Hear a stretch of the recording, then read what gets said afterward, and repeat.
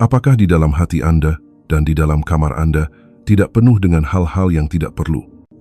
Anda mungkin salah mengira bahwa hidup berlimpah berarti dikelilingi oleh segala macam benda, dipermainkan oleh segala macam perasaan dan kelelahan karena hubungan antar manusia yang rumit, sehingga Anda malah menjadi tidak bebas. Di dunia sekarang ini, sungguh terlalu banyak orang yang seperti itu. Hari ini, saya akan menyampaikan sebuah cerita yang sangat penting untuk melepaskan Anda dari jeratan tersebut. Ini adalah kebijaksanaan untuk hidup yang berlaku bagi benda-benda, perasaan buruk, maupun hubungan manusia yang berlebihan. Kebijaksanaan itu adalah keberanian untuk membuang. Pertama-tama, saya ingin berbicara tentang hal-hal yang terlihat oleh mata. Di sekeliling kita memang penuh dengan barang. Tetapi tahukah Anda bahwa setiap barang itu sebenarnya bisa menjadi rantai yang mengikat hati Anda? Memiliki benda, berarti hati Anda menjadi terikat. Jika Anda memiliki satu barang, maka akan lahir satu beban karma di sana. Menginginkan sesuatu saja sudah merupakan bentuk kemelekatan. Apalagi jika sudah memilikinya, ketakutan akan kehilangan barang tersebut akan menjadi kemelekatan yang merepotkan dan terus menempel pada diri Anda.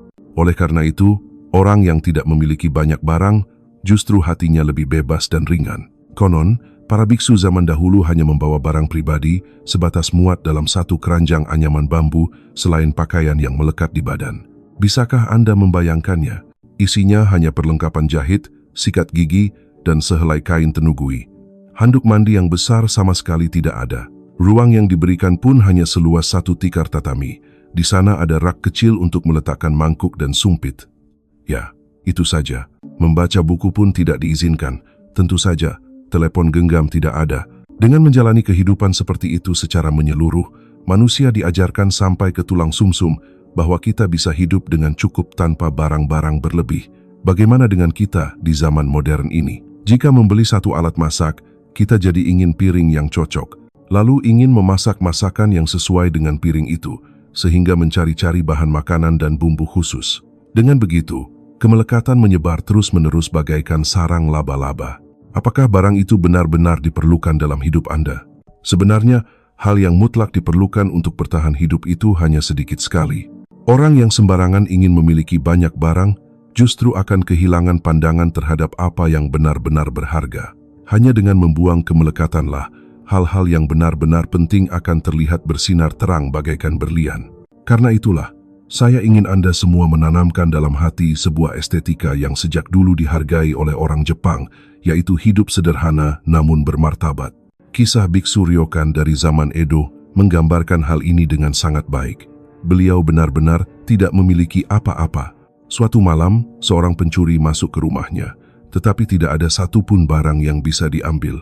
Karena merasa kasihan, Ryokan berpura-pura tidur lalu sengaja berguling keluar dari selimut, membiarkan satu-satunya selimut miliknya itu dibawa oleh si pencuri. Luar biasa sekali bukan? Memang ini mungkin terlalu ekstrem, tetapi ini adalah hal yang tidak akan pernah bisa ditiru oleh manusia yang masih terikat pada benda. Karena adanya rasa kepemilikan bahwa ini adalah milikku, manusia jadi sulit memberi kepada orang lain.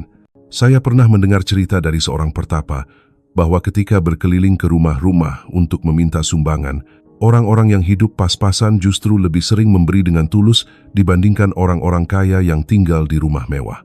Orang kaya mungkin menjadi kaya karena mereka melekat pada uang, tetapi karena itu pula hati mereka terikat dan tidak bebas. Sebaliknya, mereka yang tidak punya apa-apa justru hatinya bebas dan jauh lebih kaya karena tidak takut kehilangan. Kemiskinan hati yang terbelenggu oleh harta, atau kekayaan hati yang bisa berbagi meski tak punya apa-apa. Hidup mana yang ingin Anda pilih? Setiap kali barang bertambah satu, kebebasan Anda berkurang satu. Jika Anda menyadari hal itu, Anda pasti tidak akan menambah barang-barang tidak berguna lagi. Milikilah keberanian untuk membereskan rongsokan yang terlihat oleh mata.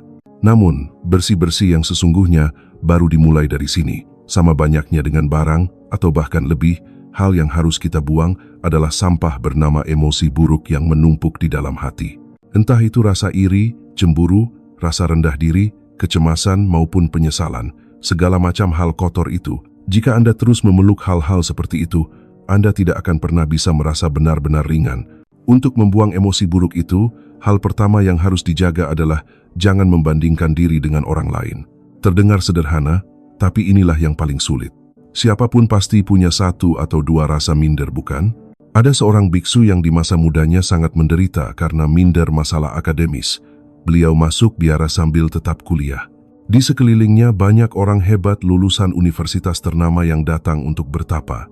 Ada lulusan fakultas kedokteran universitas paling top yang merasa ilmu medis tidak bisa menyelamatkan jiwa manusia, lalu memutuskan menjadi biksu dengan cita-cita mulia.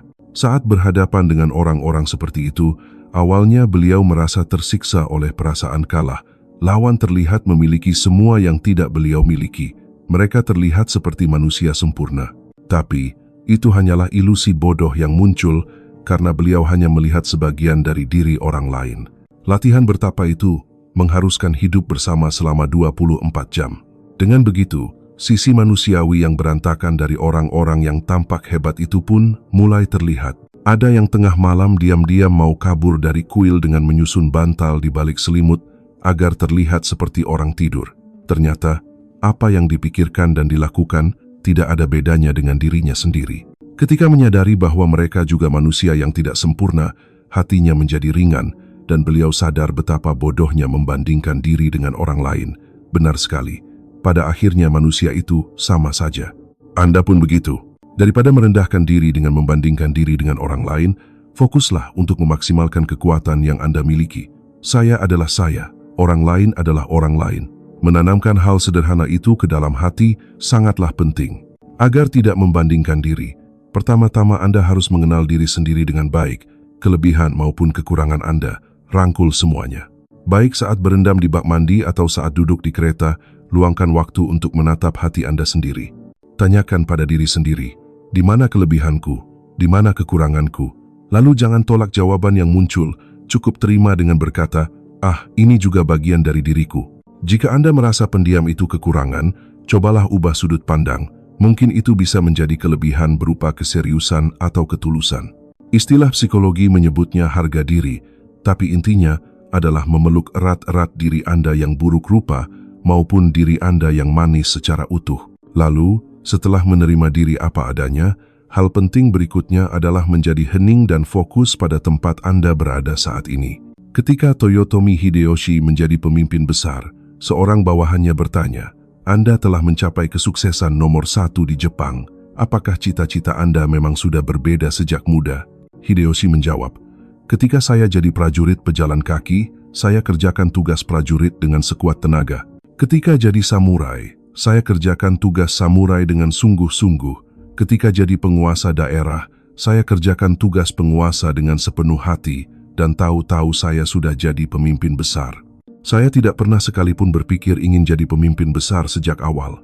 Luar biasa, bukan?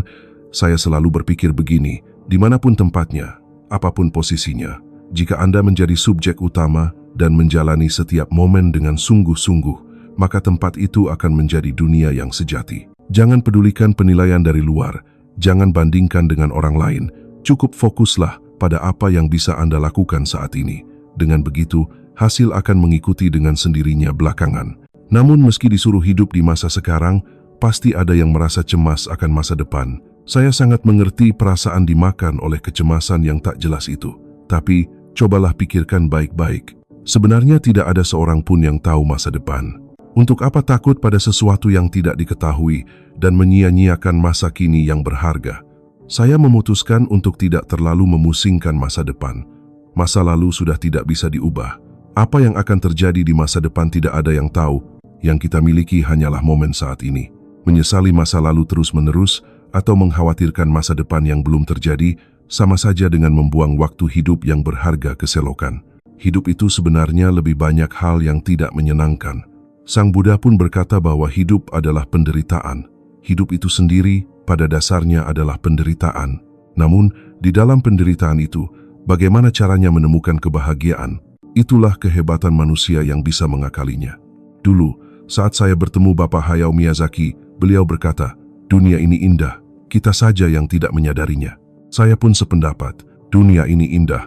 Bisa merasakan dunia yang indah ini adalah sebuah kebahagiaan. Salah satu pola pikir yang saya hargai adalah setiap hari adalah hari yang baik. Entah hari cerah atau hari hujan, hari apapun itu, Setiap satu hari adalah hari yang luar biasa dan tak tergantikan.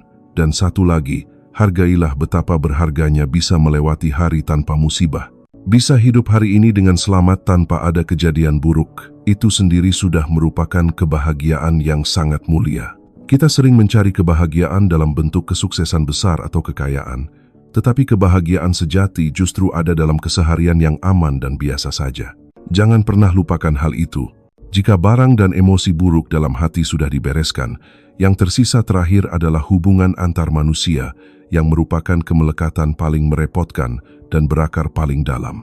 Saya berpendapat bahwa dalam hubungan manusia, yang paling penting adalah takaran yang pas atau proporsi yang baik, bukan asal-asalan ya, tapi takaran yang baik dan nyaman. Suhu air mandi 42 derajat mungkin pas buat seseorang, tapi terlalu panas buat orang lain. Begitu juga dengan pergaulan, pasti ada suhu yang tepat atau jarak yang nyaman bagi Anda. Sangat penting bagi Anda untuk mengenali itu dan memikirkan cara bergaul yang tidak memaksakan diri. Zaman sekarang ada media sosial, bukan? Orang berlomba-lomba memperbanyak teman atau memikirkan jumlah tanda suka. Mengapa melakukan hal bodoh seperti itu? Mungkin di lubuk hati ada kecemasan tak berguna bahwa kalau teman banyak dianggap orang hebat, kalau teman sedikit dianggap manusia cacat. Sudah, berhentilah membandingkan dengan orang lain. Anda memiliki kedalaman dan luas hubungan yang cocok untuk Anda sendiri. Jika Anda paham itu, Anda tidak akan lagi dipermainkan oleh sekadar angka.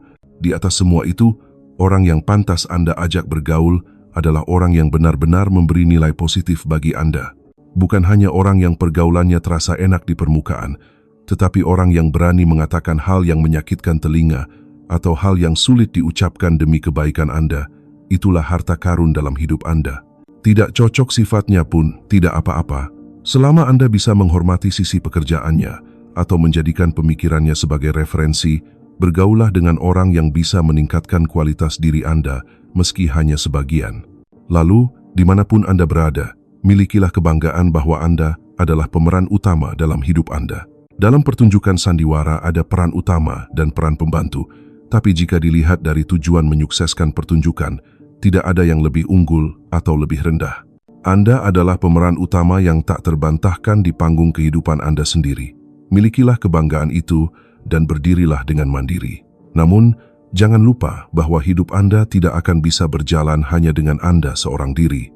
Barang, perasaan, dan hubungan manusia, semuanya terhubung oleh satu akar bernama kemelekatan. Dengan melepaskannya satu persatu, hidup Anda akan menjadi lebih sederhana dan lebih kaya. Kebahagiaan sejati tidak akan ditemukan meski Anda mencarinya keliling dunia luar, karena kebahagiaan hanyalah setangkai bunga yang hanya mekar di dalam hati Anda sendiri.